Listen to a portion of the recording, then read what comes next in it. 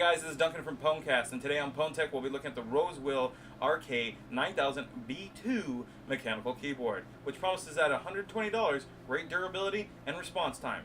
So let's take a look at it right now. Rosewill is one of the newer gaming peripheral companies to hit the scene. Since their debut, they have turned a lot of heads and gained a lot of recognition. To their already growing arsenal, the newest addition is the RK9000V2 mechanical keyboard. At $120, the RK9000V2 mechanical keyboard is entering the gaming atmosphere and a fierce competitive level. As you can see right here, with its Windows key lock function, its 100% mechanical keys with Cherry MX switches, the RK is definitely coming in hard to the gaming market. What you first notice about this keyboard is its metal chassis. This chassis is meant to take a beating. As you can see, I'm just kind of hitting it, kind of shaking it, trying to bend it just to make sure that everything's functioning correctly and that it doesn't just fall apart. Because let's face it, as a gamer, you're always going to be sitting there pounding away on the keys, and hopefully it stands up to time. Now if you notice up here, you can also see that there's an open slot. This is a mini USB port that you can actually use to plug into your computer. You'll also notice that it comes with an L-braided cable that connects to the back of the keyboard where the open slot was.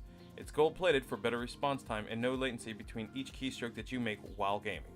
One of the most typical features you see with any keyboard are the little feet. It also offers a little rubber pad so you don't scratch up your desk if you decide not to use it. One of the things I did notice about this keyboard is it doesn't offer wrist support. When you're playing long gaming hours, it tends to get a little tedious and hurt your wrist. It does offer your basic 9-key pad so you can punch in.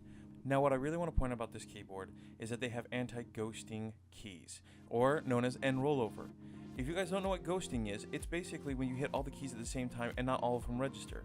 This keyboard does a great job in making sure that every single response or keystroke that you make registers on its system without having any delayed effects or no response back to it. As you can see, I'm pushing them all at the same time and I'm still getting the response I need. Now another feature with this keyboard is its Windows key lock function.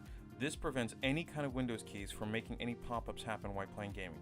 Usually the key lights up when it's showing that it's locked, but for some reason this time around it wasn't. Now it's time for us to look at the pros and cons. Pros. It's got great durability. This means a lot, especially when you're gaming, because you don't want your keyboard to fall apart.